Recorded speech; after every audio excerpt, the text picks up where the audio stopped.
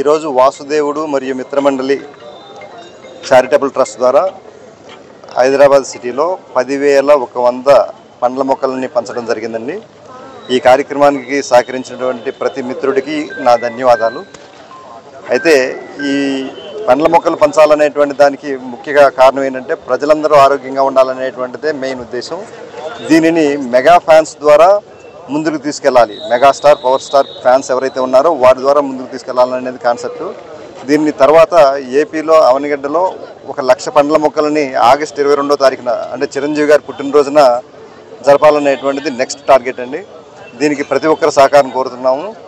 అదేవిధంగా ఈ కాన్సెప్ట్లో భాగంగా మేము తర్వాత చిరంజీవి గారిని, పవన్ కళ్యాణ్ గారిని ఇలాంటి వాళ్ళందరినీ కలిసి వారి యొక్క బైట్స్ తీసుకుని ఏ ఇంట్లో శుభకార్యం జరిగినా అశుభకార్యం జరిగినా రిటర్న్ గిఫ్ట్ అనేటువంటిది, గిఫ్ట్స్ అనేటువంటివి ఓన్లీ ఫ్రూట్ ప్లాంట్స్ కావాలి. ఇది మా కాన్సెప్ట్. అదేవిధంగా ప్రభుత్వాల ద్వారా కూడా ప్రజలకి పండ్ల మొక్కలని ఉచితంగా పంపిణీ చేసేటట్టు మేము కొన్ని రిప్రజెంటేషన్స్ పంపించడం జరుగుతుంది. స్టేట్ గవర్నమెంట్స్కి, సెంట్రల్ గవర్నమెంట్స్ కూడా, AP, Telangana and entire India కూడా. ప్రజలందరూ ఆరోగ్యంగా ఉండాలంటే వారికి ఏదైనా అనారోగ్యం పాలైనప్పుడు ఇన్సూరెన్స్లు లేదా ఇంకోటి ప్రొవైడ్ చేయడం కాదు. ముందు వారు ఆరోగ్యంగా ఉండడానికి సరైనటువంటి ఆహారాన్ని సప్లై చేయాలి. దానికి మేము ఎంచుకున్నటువంటి మార్గం ఇది. మీరందరూ నాకు దానికి సహకరిస్తారని చెప్పేసి కోరుచున్నాను. Thank you. నమస్తే.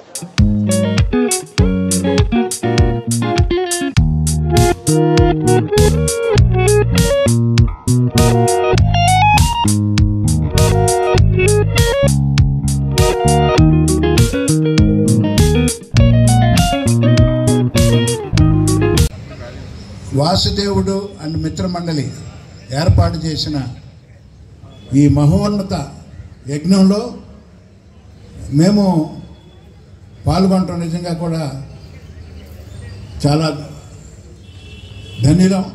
రాంబాబు గారు, మీరు స్టేజ్ మీదకి రావాలి. పడుకున్నప్పుడు కళలు వస్తాయి చాలా. ఆ నిదట్లోనే మనం పొద్దున ఇవన్నీ ఆచరించాలి అనుకుంటాం. లేచిన తర్వాత కళ చెదిరిపోద్ది. ఆలోచనలు ప్రతి వ్యక్తికి వస్తాయి. ఆచరించే విధానం అందరికీ రాదు. ఈ రోజున నిజంగా కూడా అడ్వకేట్ వృత్తి చేస్తూ ప్రతి వ్యక్తికి ఆరోగ్యం కావాలి అనే సంకల్పం ఆ భగవంతుడు కల్పించడం నిజంగా వాసుదేవుడి యొక్క నిదర్శనం, కృషికి నిదర్శనం. అదే కాకుండా ఈ నేచర్లో మనకి ఈ రోజున తినే పళ్ళు కానీ తినే ఆహారం కానీ అంతా కలుషితం. దానికి మనందరం బాధపడుతున్నాం, కలుషిత ఆహారం తింటున్నామని. కానీ తప్పట్లా, అంతకుమించి దొరకట్లా. ఎగ్జాంపుల్, మామిడి పళ్ళు బజార్లో కొంటే అవన్నీ కెమికల్స్తో పండించినవే. తినగా ఆశ చావక ఇంటికెళ్ళి తీసుకుని తింటున్నాం, కానీ కెమికల్ తింటున్నాం దాన్ని. ఈ మధ్యకాలంలో వినే ఉంటారు, క్యాన్సర్ ఎక్కువైంది. క్యాన్సర్ ఎందుకు ఎక్కువైంది?